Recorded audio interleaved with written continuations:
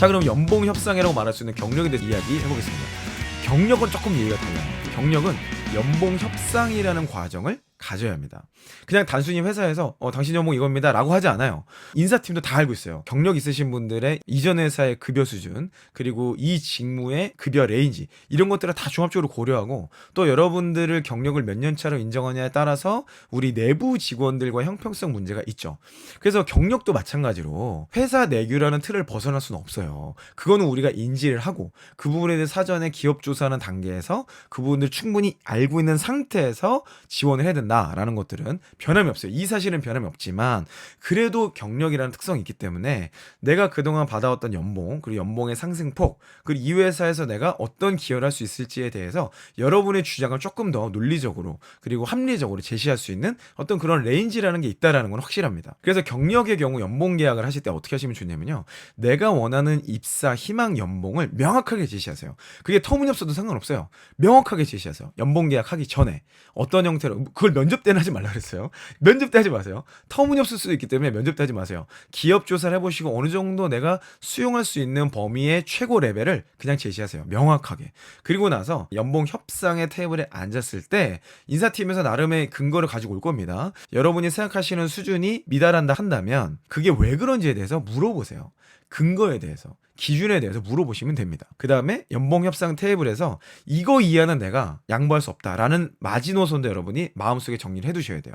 그리고 나서 이 마지노선 만약에 밑으로 났다 그러면 그건 사실 그냥 협상이 아니고요. 죄송한데 그 상태로는 제가 이직이 좀 어렵겠습니다 라고 그냥 이야기하면 돼요.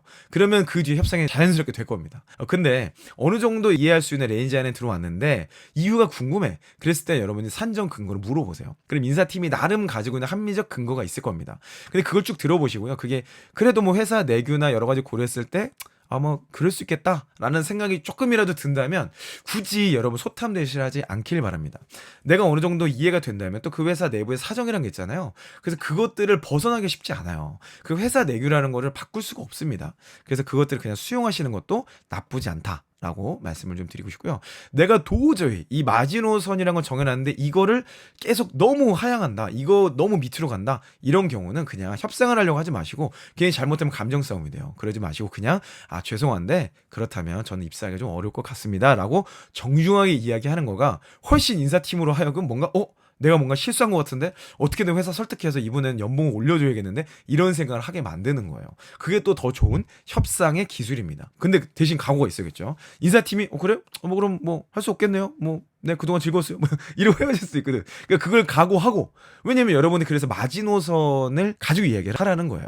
마지노선이 이 미만으로 떨어졌기 때문에 그 부분에서 여러분들이 입사를 포기할 걸 각오하고 한번 던져볼 만한 카드라는 겁니다. 그랬을 때 인사팀이 나오는 반응을 보고 여러분들이 협상의 주도권을 가져갈 수도 있겠죠. 이거 진짜 인사팀이지 어떡하냐, 이런 거 이제 다 얘기하니까 이제 큰일 났다 정말. 인사팀 정말, 전국에 계신 인사팀 정말 죄송합니다. 제가 우리 리펜 편이기 때문에 어쩔 수 없다는 사실을 다시 한번 강조드립니다. 자, 그래서 많은 분들이 제가 리펜 분들하고 만나고 댓글이라든지 스트리밍 때 얘기를 나눠보다 보면요, 여러분들이 연봉 협상 때 연봉을 조금 더 받으려고 하는 수준이 한 300에서 500 사이더라고요. 1000만 원, 2000만 원 정도 되면은 사실 상관없어요. 근데 제가 보기에 500만 원 미만이면요, 가급적이면 나의 입장은 피력하되 회사에 요구하는 거 그냥 수용하시는 게 장기적으로 봤을 때 더 좋다라는 생각이 솔직히 들어요. 왜냐면 인사팀은 연봉 협상을 할 때 진짜 그 사람 모습이 나온다는 생각이 있어요. 그래서 이미 합격 통보를 했기 때문에 여러분들이 어떤 제안을 하든 입사는 시킬 거야. 근데 그리고 나서 여러분들에 대해서 조금 안 좋게 생각하는 경우도 있어요. 제가 그랬다는 건 아니고요. 그래서 어쨌든 그럴 수가 있다. 사실 300에서 500 해봐야 여러분 월로 쪼개면요, 여러분이 실제 수령액 한 3, 40만 원 안팎 왔다 갔다 합니다. 물론 이제 그게 누군가에겐 굉장히 큰 돈일 수 있고 누군가에게는 큰 돈이 아니라고 생각할 수도 있어요. 근데 제가 여러분께 말씀드리고 싶은 것은 합리적인 기준, 그리고 내 마지노선을 넘는다면 거기서 괜히 월급 몇십만 원 때문에 여러분의 평판을 읽는 경우가 더 크리티컬할 수 있다는 것들을 말씀드리기 위함입니다. 오해하지 마시고요. 오해하지 마시고 무조건 인사팀 편을 들려는 게 아니고, 여러분들이 더 장기적인 관점에서 협상의 주도권, 그리고 그렇게 입사하고 들어가서 여러분들이 더 성과를 잘 냈을 때 또 더 많은 것들을 요구할 수 있는 상황도 생길 수 있는 거죠. 자, 경력에 주의할 점이 몇 가지 더 있습니다. 첫 번째는요, 연봉 계약할 때 인사팀의 태도를 잘 보세요.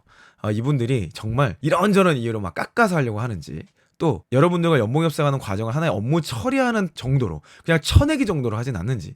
저도요 정말 바쁘고 힘들고 여러 복잡한 일이 있어도요 연봉 협상을 할 때는 굉장히 준비를 많이 했어요. 왜냐면 그 한 사람은요 그 순간으로 회사의 이미지를 결정하거든요. 또 그 사람의 내용을 제가 들어줘야 되는 되게 중요한 타이밍이에요.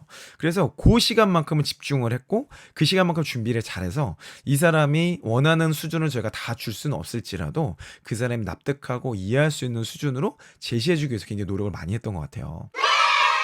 그래서 여러분들도 그 인사팀의 태도를 잘 보시고 태도가 너무 막 조금 좀 납득하기 어려울 정도고 막 너무 막 일 처리를 막 해.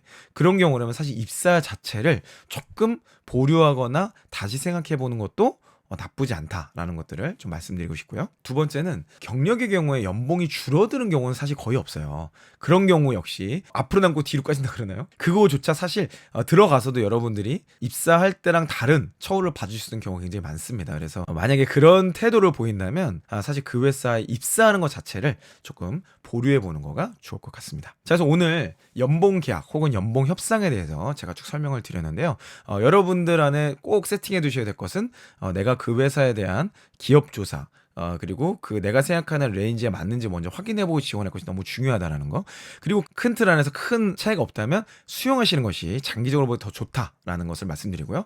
또 여러분들을 대하는 태도라든지 방식이 조금 상식이 어긋난다 그렇다면 입사하는 것 자체를 우리가 고려해야 된다라는 것들을 이해하시면 좋겠습니다. 자, 그래서 오늘 한 문장으로 결론을 내려고 합니다. 오늘의 결론, 들어갈 때보다 들어가서가 더 중요하다니까?